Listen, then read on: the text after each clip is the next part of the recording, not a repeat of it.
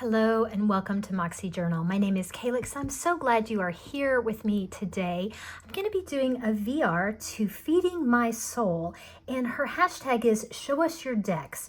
And I know it came out a couple of weeks ago, but I've been really enjoying seeing everybody else's decks, and I love the prompts that get me thinking about different qualities of my decks or how I use them or whatever. So I'll put all of those all the prompts in the description, but I'll read them out as we go along. So prompt number 1, a deck that you want to use, but for whatever reason hasn't seen any playtime on your desk. And for that, I'm going to say this is the Naked Heart Tarot by Jillian Wild. And I love this deck. I got it probably 4 months ago, and I haven't even welcomed it in. What I mean by that is I have a little journal over here, and when I get new decks, I try to do a little welcome in spread, and I write about them in a journal, and then I kind of think about how they're going to be in my practice. But I'm a little behind. Apparently my abilities to buy decks outstrips my ability to integrate them, and this is one of those that just hasn't gotten into my rotation yet, but I love it, and I think it's got to come in soon. It is still in order, and in fact, I keep my decks in order unless I'm actively using them for that month or moon or season. I clear them, and I order them, and I kind of put them to bed all clean and tidy. So just because you see a deck in order in my collection doesn't mean I have never used it, just means I'm not currently using it. Anyway, nobody cared about that, but it's in my head. I just think this deck is beautiful, and it's got so much white space, and the images are so clear, and it's not very peoply. If you've been on my channel before, you might know that I have some troubles with peoples and faces. I'm a little neurospicy that way, and I love faces, I love people, they're very intense for me. So particularly in decks, I have to be a little frugal with that face energy. So anyway, so this deck, I'm really looking forward to getting it into the rotation. It is next up to go integrated into my journal, and maybe I won't even wait until the next moon change. Maybe I will just bring it in, because I just think it's going to go so well with the way that I read. I do like that it's elemental. I like that it has different words here, for the court cards. It's heart and movement and spirit, instead of the people names for the court cards. Anyway, so that is my answer to prompt number 1, which is a deck you want to use, but for whatever reason haven't been. The next one was the 12th, forgot that, the 12th deck from the right of your tarot shelf. And this one, I actually took it from the 12th from the right of my decks that haven't been integrated yet. So this is another one I haven't used, but it was 12th from the right on my shelf. This is a Taroteka Studios deck. Let me see, who is it by? It is by Magdalena Kazan. Sorry if I'm completely messing up that name. Anyway, I'm very excited. I've got 2 Taroteka decks at the same time because they come from overseas for me, so I kind of saved up to get them. And I do have to say, I don't love this finish. I think it's that rose petal maybe that a lot of people like. For me, it's a little sticky. It feels kind of like skin. I don't love it, but it's pretty. The images are so wonderful, so I think maybe I will like it more once I get it shuffled. I do love the images.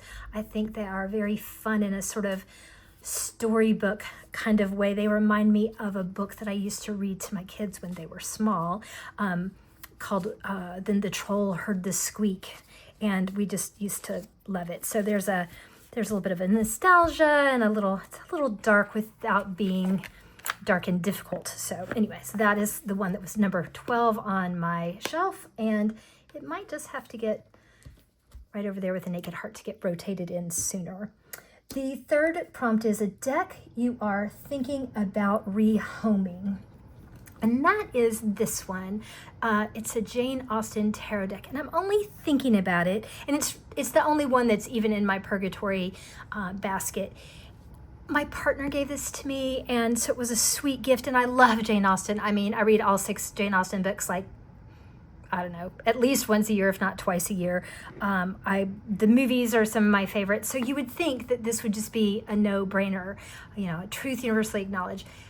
But it says it's a tarot deck, but it's 53 cards for divination and gameplay, and they're actually a very nice finish. They're kind of an interesting size. They're a little bit more proportional, like playing cards, but then they're bigger. They've got that kind of linen finish. They shuffle nicely, but they're only 53 of them, so it's not tarot.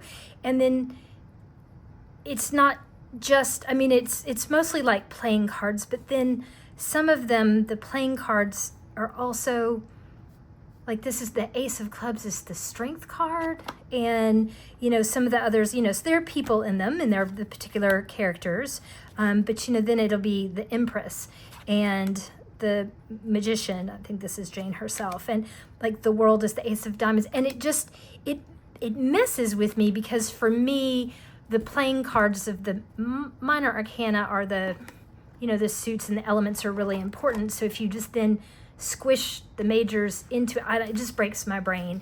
So I think perhaps this deck, because it's lovely, it's in great shape, but I think someone else will love it, because I know I will actually never use this. I would just hold on to it because my beloved gave it to me. So anyway, that's that one. Question number 4, prompt number 4, a deck you don't store in its original box and why? And that would have to be, let me get this out. This is, I store it in a bag. This is a little like evening purse that my great grandmother, whose name was Gladys, gave to me when I was 14. And it's just like a little kind of evening bag. And I guess at 14, she thought maybe I was old enough to be going to cotillion or something where I might need something like that. I didn't ever go to cotillion or anything. So I've just always kept little charms and jewels in it. Anyway, the reason I keep it in here is somewhat because I associate with my grandmother, but also I'll show you, I had the package on its way in its original packaging had a little mishap, and it came in a box like this, but then I don't know if you can see, it's kind of messed up. So not only, it was already a little squished when I got it, but then I stepped on it, so that just added insult to injury. Also, it was shaped like this, and you had to store the deck half and half to fit it in, and that just does not work for me. Please, makers of decks, don't do that. That's just, it's obnoxious. Anyway, I do like this deck a lot, and later on, there is the very last prompt is a deck with your most favorite card ever and why. And this was in the running because I bought this whole deck for this one card, this House of the Yaga. I love the Baba Yaga stories. I think this card is great, but another deck beat it out, so I had to show this one off while I was here. This deck is not everybody's cup of tea. It is the, if I didn't already say it, it is the Sacred Hags Oracle by Danielle Dulski, and it's hags, and it's she has 4 suits in here. It's just different. It's got sigil witchery in it. It has seasons. It has tools. It's a really interesting deck. It's not quite tarot. I mean, it's an oracle. It's an oracle deck with its own system. Anyway, I like it. I do kind of associate it with that, you know, grandmotherly hag wisdom, and so I keep it in here. So that is the answer to that one. All right, prompt number 5, a deck with more or less than 78 cards. Obviously, the Jane Austen one would fit in there, but I also picked the Ink Witch because it had more. And in her original one, in Feeding My Soul, she said that she was, you know, more would be better. So this is a new deck to me. Again, one of the many that I have not integrated into my practice. I have looked at it, I have played with it a little bit. I'm very interested in it. I wanted it for a long time before I actually let myself buy it. And this is, what I love about it is it has 2 different expansions, but they all fit in this box. Thank you very much. I like that.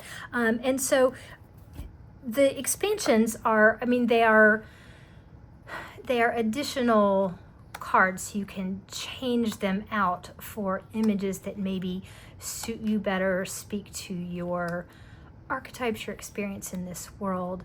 So, but it does let you have more options than just the, just the first ones. I love this Sovereign of Pentacles. Look at that dragon, the Guardian of Pentacles, right? So you have other options. Again, so you could have the King and the Queen of Pentacles, or you can have like the Guardian and the Sovereign and the Guardian and the Sovereign. So it's just, I like it when people give you, creators give you options, and I am looking forward to having this deck integrated. Okay, I can't get that back. I'll figure that out off camera. Right, so moving right along, the next one is a deck with a cloud on the box. I was surprised because I thought, oh, I probably got like 10 of those. I looked for a while before I found even a single one. I did have another one in the running. I think it's a cloud, but it's for another prompt. So the one I picked was this one, the Connected and Free. It's an oracle. I think these are clouds, right? This is like smoke, but I think these are clouds. Anyway, we're going with this. I do have the French edition of this one because the English edition was not available. And I read French. I don't speak it. I'm from the south of the United States, and so while I've studied a lot of French, my pronunciation is poor, as I am told every time I'm in France. But I do love these cards. They are beautiful, and they do have a keyword on them. They're very clear, so I think it's interesting. I love that one. I love water creatures of all kinds. So these are wonderful. And, even if I didn't read French, and I don't have the widest vocabulary, but so every once in a while I have to look up a word, but Google Translate is pretty fantastic. All right, so that is The Connected and Free, by Lauren Alita. And then the next one is a deck you've never shown on your channel. Well, that's pretty easy. I have a whole stack of decks that I haven't done, but this is my favorite one recently, and I'm fixing to do a whole video on it. This is the Spirit Carrier Guidebook by Mia Illusia, I think is her name, Mia. Let's find it, because this deck, this is my new favorite. Okay. Mia Illusia. And this is, let me open up so you can see. These are 75 cards inspired by natural crystals and ancient runes. And they're photographs, and they're on this like linen kind of placeholders, and then you see the wooden runes, and then there are these gemstones. Sometimes there are sacred metals in here or natural pieces, and they have keywords here: meeting expectations, and most important, this one was actually one that I drew today, mind-made fears, and it's truthful journey, and it's incredible the way she has it laid out. First of all, I love that she says, here are some meanings, but my intention with these cards, however, is for you to create such a strong connection to your own inner knowledge and your own sense of agency that you can confidently create meaning from these cards in whatever context they appear in. So she definitely gives you starting points, but then she has you trust yourself. And if you have other associations, I also really like the way it's set up in that she has a list of the cards, and she does have each one of the Futhark, the traditional Futhark alphabet, has a card with just that single rune and a picture, and so they're listed here. They do have a key phrase on them, and you can see the rune, but then it's a page number to look it up. And then in addition to those, she also has, there are triple rune cards. So there are several cards that have 3 runes on them, and she has a write-up for each one of those. And then she has non-rune cards. There's no rune at all on them. And then she has a keyword, but there are crystals and there are shapes and there are other pieces. It's really an interesting way of setting up the deck, and for me it's been a really nice reclaiming. I have a problematic relationship with runes. I'm drawn to them, and I've studied them a lot, but it's been very cerebral. I haven't gotten to the point where I've really used them in my practice and felt like they were really contributing, or that I was really opening all the way, or whatever. They just hasn't quite worked. And so this has been a really amazing way to come into it. She talks about connecting them and things to look for in the elements and the similarities. Anyway, I'll stop talking because I'll do a whole video on this, but one more thing I want to point out. She has you do this thing where she has you pull either just completely randomly or to select a single card that you like. And it's not, I guess it's like your significator, but she really calls it your secret signal card. And it's a special prompt to pay extra attention whenever this card appears in your readings. And I thought that was just a really wonderful idea. I also got I put it away. I got a really pretty cloth with it anyway. So this is my new favorite, and you can just see some examples of these cards. And Shanna, over Shanna D, sincerely Shanna, is totally bless her for convincing me with her. I think I bought this deck before she even finished her video. I think I was like 3 minutes in and she was showing me, like, look at this. Look at that card. Anyway, okay. I haven't shown it on my channel before this moment, but watch this space. There will be an even more glowing, in-depth video about it soon. All right. Question prompt number 8. A deck with another animal besides a lion in the strength card. I love the strength card. It's one of my very favorites. But I do actually have quite a few decks that have it, have a different card than the strength card. And this one is from the Oceanum Arcani. This is the Ocean Tarot, and this is by Taylor Bren. Make sure you can see that. I love this deck. This is an indie deck.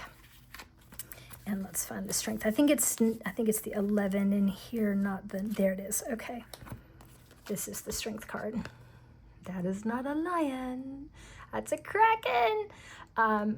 I tease and say that my inner mermaid's alter ego is the kraken. So this is just, I love the strength card. I love that it's a kraken. If it can't be a lion, I'm happy that it's a kraken. This whole deck obviously is ocean themed, and it's gorgeous, and it's just one of my favorites. And this artist has some other elemental decks too. There's a fire one and an earth one, and I really like elemental and animal decks. And I think this one is, this one's predominantly animals. There are a few creatures, mer creatures in there. It is not one of my least expensive decks, though, by any means. So I did save up and treated myself to this one. I don't have any of the other ones by this artist, but they're on my wish list. So this one will probably come into my rotation in July, which is my birthday month, and I have quite a few oceany, beachy decks for that month. All right, the next prompt is that a deck that comes in a box inside another box. And I know that she said when she did hers, you could pick any of the Kim Krantz ones, and I have all of the Kim Krantz ones. But since she showed those, I thought I would do one that's different. And this is a new deck to my collection. This is the Awakening Tarot. Again, with the elemental approach, I'm excited about this. This is Monica Badirsky. And this one is Sylvie from Magpie Tarot. I love her channel, and she was showing this one off recently. And So I haven't, you can see I haven't opened the book. Usually I have at least broken the spine on the book, but I haven't. This one's brand new to me. I just got it the other day. And it is a box in a box, but I think it's really nice because this is a pretty chunky book and it can live right here. When I'm working with it, I'll keep it out and keep these separate. But then when I store it for sort of longer term, I'm happy to keep those two together. So in case you haven't seen this, I'll show a few of these cards. Tuck boxes, don't love them. This is another deck like the Naked Heart that has really nice amount of white space, which is really restful for me. It's very interesting art style. It's a little odd, and I'm all about it. Like, this just completely suits me. I love Monica Badirsky's work with charms. I think she is a really interesting artist. I cannot wait to get to use this. It also features, for the court cards, Initiate, Voyager, Artist, Visionary. So that sort of non-gendered, invitational, applicable court card. Those help me. Aside from the gender part, it's just easier for me to engage with the archetypal energy when it's not so much just so specific-y kind of person. I don't know. So, and it does work with the elements, as it says, an elemental approach. So air and I like, this is the way it was ordered. When I get decks in, I have to usually reorder them, but this one came this way with earth and then air and then fire and then water, which is the way I call quarters. As I start in the north and I go east, south, and then west, and then I start with the minor arcana and then go to the major. So this deck was already organized just that way when I got it. So that is my box in a box answer to the prompt. And we're going to reassemble it because I think this one probably won't make it until my rotation until the fall. I just have so many wonderful decks to get to work with. All right, the next one is a deck that would not appear in your top 10 favorites. Gosh, I have way more than 10 decks, so clearly not all of them can be in the top 10, but it feels a little mean to kind of say this one will never be in the top 10, but I think I can safely say this one will never be in my top 10. This is the Tarot Apocalypsis, and this team, this is an older deck. This team has done, some other famous decks, and you may have seen them. It's a Lo Scarabeo, I think. Yeah, Lo Scarabeo deck. So it comes with this not awesome little book. I mean, I'm grateful it comes with at least this. For me, this deck is it's a sort of a world culture deck. And for me, it's as if the world myths and cultures were interpreted by the same artist who designed Las Vegas. I mean, it's just sort of over the top and bright and a little cheesy, tacky. For me, cheesy and tacky, it's just overdone. It's a little overwrought. It's saturated. It's a little, romance covery kind of, I don't know, something that's just a little odd for my sensibilities. There's a lot going on. And at the same time, I wouldn't ever want to live in Las Vegas. It's just sort of not my kind of thing, but it's fun to get to go visit. It's fun to kind of have in the collection. And I do like that this one, it's Roman and Indian and Inuit and Demeter. So you've got the Greek and Roman myths, and you've got the Buddhist Dalai Lama. I mean, it is all over the place. Sumerian cult, Celtic cult, Sophia, the philosophy, the devil. I don't love that it's from the ancient witches' Sabbath, that kind of whatever. But there's just, in the numerical cards, the minor arcana, Egypt, and then the Vikings, Scandinavian Vikings, the Greek and Roman civilizations, and then the Khmer Empire of Cambodia. So I think it's a nice,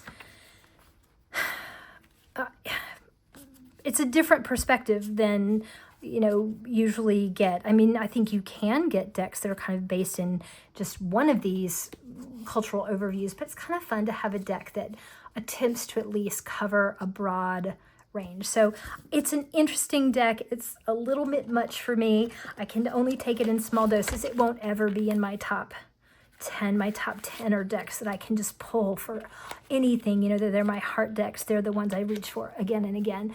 But this one, it's a little spice. Not a spice I'd want every day, but a little spice nonetheless. All right. Let's see, what one are we on? Okay, number 11, a deck you associate with the color green. Oh, this little wee Forest Fay by Nadia Turner. This is such a tiny little deck. I don't know if you can see how small it is. If you haven't seen this one before, it's these wee little cards. There's no book or anything. It just comes with these, and it's green. It's in the forest. It's the Fay. The backs of them are green, and the Green Maid, right? We have a lot of the Wood Wife, the Green Man, the Sentinel. It's an odd little sweet Fay Oracle deck. I love this, and it's very green. It's done by Rockpool, and I use it often in the spring. I've been enjoying working with it with my Three Trees tarot, the Heartwood Tarot, I think is what it's called. Anyway, that was really nice in February. It was kind of a quiet, in the woods message. Very, very green, foresty green. All right, so that's my green deck. Right. We are on number 12, so just a few more. A secondhand, pre-loved, pre-owned, or thrifted deck. I actually have one on the way to me. I have just bought the Wildwood Tarot from someone, but the one other deck that I have that was pre-loved is this one called the Tarot of the Cloysters. It was a little used bookshop / metaphysical shop that is in my area.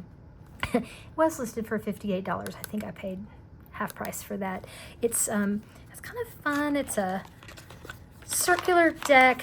It was definitely an impulse buy. I was not looking for it. It was not on my list, but I enjoyed it. I think it's a interesting deck. Circular decks are a little challenging, but I like this one. Is stained glass. It's kind of, it's a little churchy, right? The cloisters. So there's that intersection there. So of course we're going to have a really traditional looking Hierophant, but the colors are nice, and for a really rather traditional. I love me some strength cards. I think that one's very sweet. Hermit. So, I mean, I think this is an interesting deck. I like that Justice card. I think that is a good one. I like the way these are set up.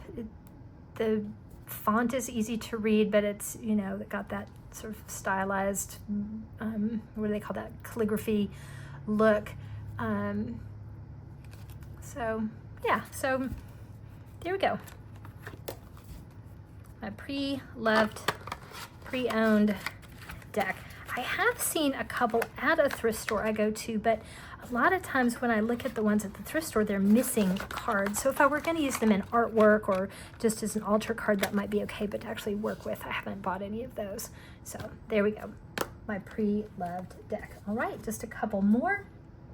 A deck in my collection with the most used guidebook. Oh, well, it's not actually going to look like it's my most used guidebook because I don't have any highlighting in it, but it would be my Wild Unknown Tarot. I use this every day. This is my best friend deck.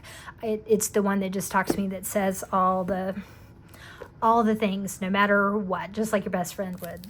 And so I do use this. I don't know if you can see that. I look at it all the time. I do still look at it even though I use this every day, because it's not a Rider-Waite-Smith clone, and it's not super intuitive for me you know, just like, okay, there are 7 pentacles here. So what, you know, what is that? Also, for me, this deck speaks with a very particular dialect, a little bit of sass, the way your best friend would, maybe sometimes with some sort of shorthand and inside jokes like you would have with your best friend. So when I do my journaling, and you may have seen my journal, I put it on here on the channel pretty often. I'll put the name and the title in here, and then I'll pick what's kind of sticking out of the description for the day for me, as well as other associations I have with the card. So I use this a lot, even though I don't have anything highlighted in this one, because it's, you know, the write-ups are small enough that I would just highlight the whole thing. That seemed not very useful. All right, so that's the Wild Unknown guidebook. I do actually really like this guidebook. I know a lot of people don't so much, but I think it's great for my purposes anyway. All right, 2 more here. A deck with water on the box, and it could have been that ocean one, but I went with the Seashell Oracle. This one is lovely. This is going to be in my July rotation. I love it. This is the one from Broccoli Magazine. Here we go. The artwork is by Bethany, I'm not going to pronounce that, and Ellen Freeman. That's Dutch or something, and I'm sure I would completely mess it up, so I apologize. But this is the Seashell Oracle. I love these. These are really interesting. There's water on the outside. There's some pretty significant water on the inside. These are all the name of the particular shell, but then we have 3 different keywords that you can use. I like this one when I'm working with another tarot deck. You can put a tarot deck on either side and then kind of use the keywords kind of side to side that way, or I just like to have all 3 and have the one that's striking me at the moment. I pretty much don't pull cards without journaling, so these are really rich cards for journaling. And there's a lot of water all over the place, and that is my element, the element I am the most comfortable in, I'm most drawn to. So there we go. Makes sense that it's on the box. Oops. La la la la la. You didn't see me completely put that in backwards. Okay, last very final prompt, which is a deck with your most favorite card ever and why. You already saw the runner-up, but this is probably my favorite deck overall that I own. Well, it's probably tied with a couple others, but it is in the #1 position. I just love it. It is out of print. It is by Lisa McLaughlin art, and this is called the Tarot Galamafrey, and I pulled out my 2 favorite cards here. I know it said just 1, but these are actually my 2 favorite cards in all of tarot. The Beacon is the Star card, and then the Sovereign of Wild Water, which is like the King of Cups. And this art style, she's done collage and art and then painting. She's digitally manipulated, not AI, but digitally manipulated it and then drawn some more and put it together. So there's a lot going on in these cards, but then the write-up in the book tells you there's an upright and a reversed, and then for each one of the pieces in there, in fact, I could get to there. You can see I do have some highlighting in this one, right? There are plants and animals in all of it, right? So there's the yew, there's an octopus, there's a gray whale, there's a golden eagle, there's an otter, there's a white willow and blue vervain, all layering and showing up here in this Sovereign of Wild Water card. So I think they're beautiful. I know some people find them very busy, but for me, I use them to meditate with. I use them to do a deep dive in journaling with. They're big. I don't know if you can see how big. I mean, they're really large cards. I don't really riffle shuffle them, and I don't typically use these to lay out like a big spread. I typically use these as one card at a time, just because there's so much richness and depth in these cards. Anyway, so that is the final prompt there. Favorite cards ever. Thank you so much for joining me and for having fun with this prompt. I'd love to see, I'm going to keep looking at everybody else's videos on this. I appreciate getting to see everybody else's responses and decks. It is fun to see the decks that are I love seeing the same prompt but interpreted a little differently, or what speaks to people from their collections. So, all right, leave a comment for me if you are in this, or if you're not doing this one, but you have some of these prompts speak to you. I would love to hear your responses too. All right, have a great rest of the day, and I will see you in the next one.